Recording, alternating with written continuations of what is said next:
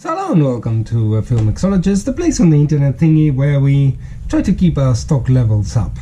And by this I mean I'm in a situation right now that I have sold a few carbs over the last couple of weeks, and therefore I need to keep my stock levels up, so my sales, so the carbs I'm selling, I need to have new carbs rebuilt, and therefore here's where these units come from.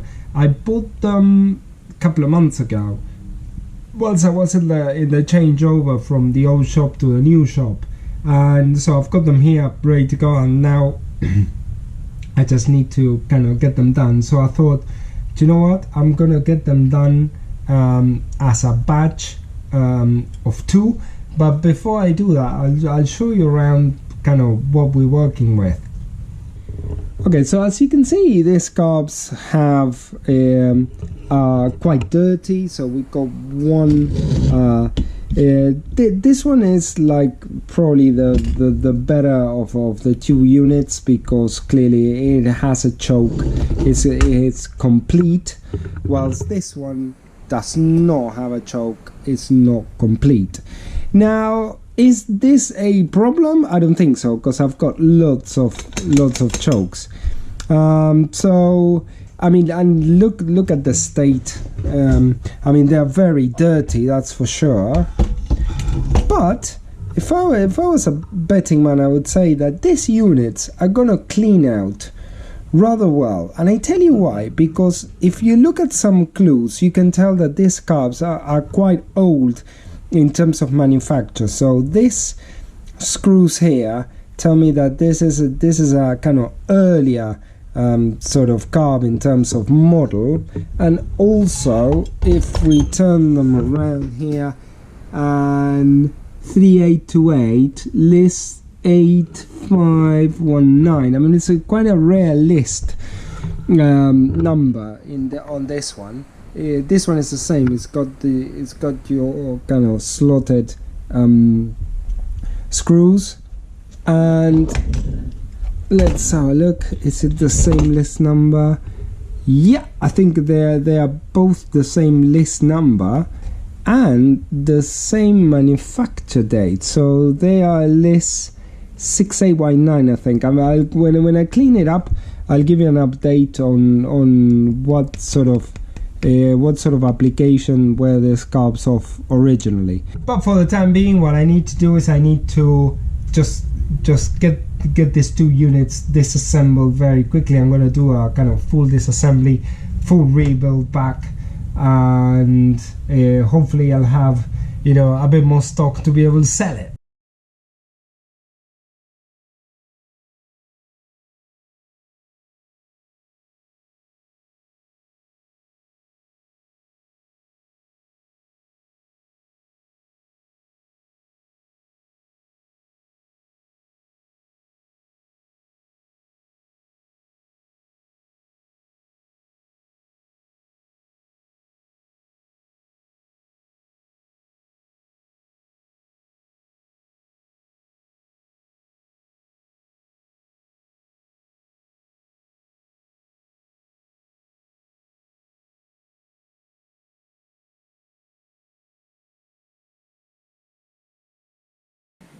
Okay, so it's a couple of days later, but actually there's been a fair chunk of progress, which I'm going to show you in a minute.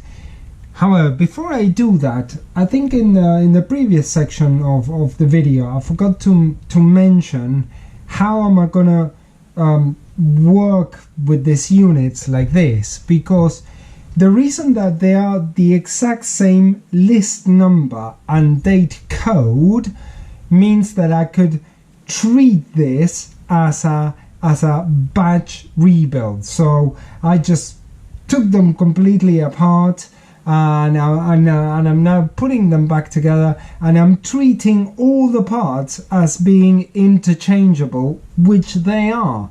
Why? Because they are exactly the same carb. Yeah. So with that little kind of warning out of the way, let me bring you a bit closer, show you around a bit.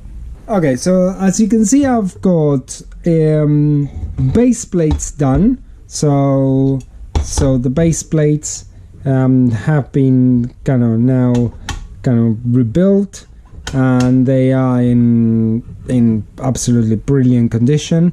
So now what I need to do is start building all of the other parts of the carbs. So we're talking about, you know, fuel bowls, build the metering blocks, and then obviously I need to put the vacuum secondary and the chokes. But before I do that, I just want to show the original gaskets, and I hope I'm putting it there, see if you can see it there. These are the original cork gaskets that came with the carb.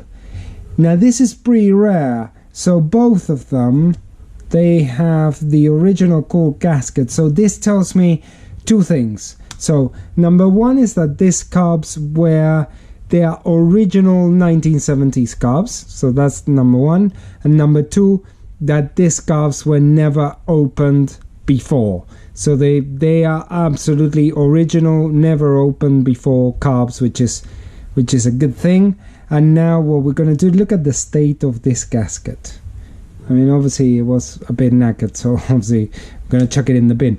But I always tend to keep the gaskets because it helps you date the units. So now what I need to do is carry on with the process of, I need to do all of the fuel bowls, all of the metering blocks, and start building these units to get them ready, basically.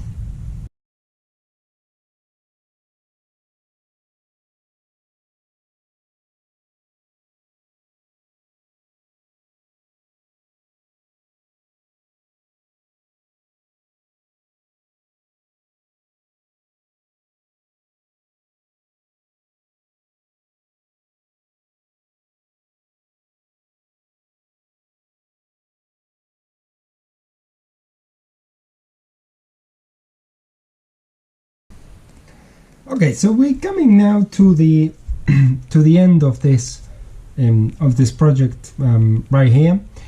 Now I'm gonna kind of show you around the condition of the carbs, but before I go, I just want to reflect, because I did find them here in the manual, and it's quite an interesting application, because it says this list number is 7072 Chevrolet or GMC 307, 350 and 402 engines, all transmission electric choke, which we've got here.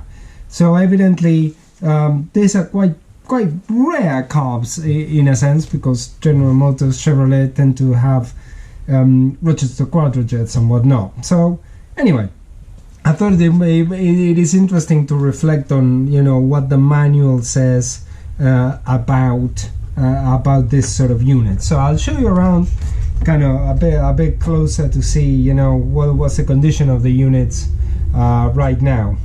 So as you can see here, if I put them kind of a bit side by side like so,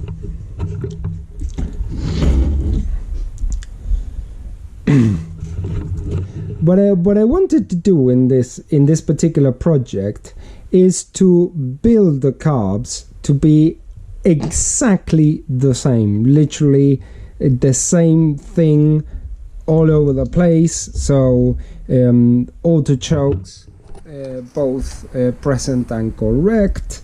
There we go. So the same base plate, the same everything, and this is what allowed me to be able to build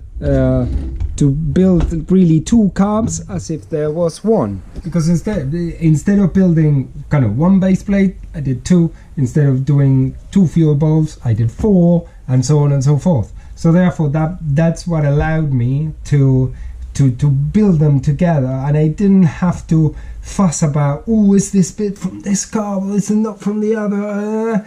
No, none of that stuff. It's much better to be able to do it this way, and therefore I know that the parts were going to be totally interchangeable, so I just did them that way. So this is going to come to the end of this video, so I want to Thank you very much for watching. Got any questions, put it down in the comments, and I'll see you on the next episode.